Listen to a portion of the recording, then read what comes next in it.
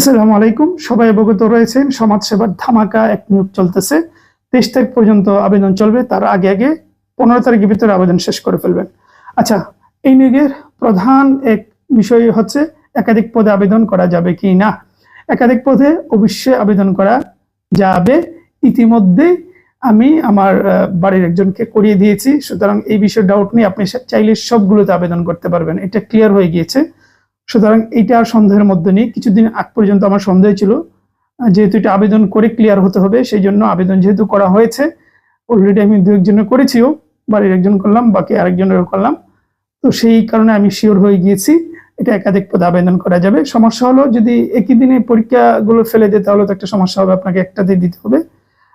কিন্তু আমি বলবো যেহেতু করা যায়, আপনি সবগুলোতে আবেদন করে ফেলুন, তাহলে একটা রিস্ক নিলেন। ঠিক আছে, এই হলো বিষয়। যেগুলো যোগ্যতা যায়, বিশেষ করে ধরুন যারা ইউনিয়ন সমাজকর্মী করবেন, ফিল্ড অফিসার করবেন, ওগুলা দুইটা করে রাখেন।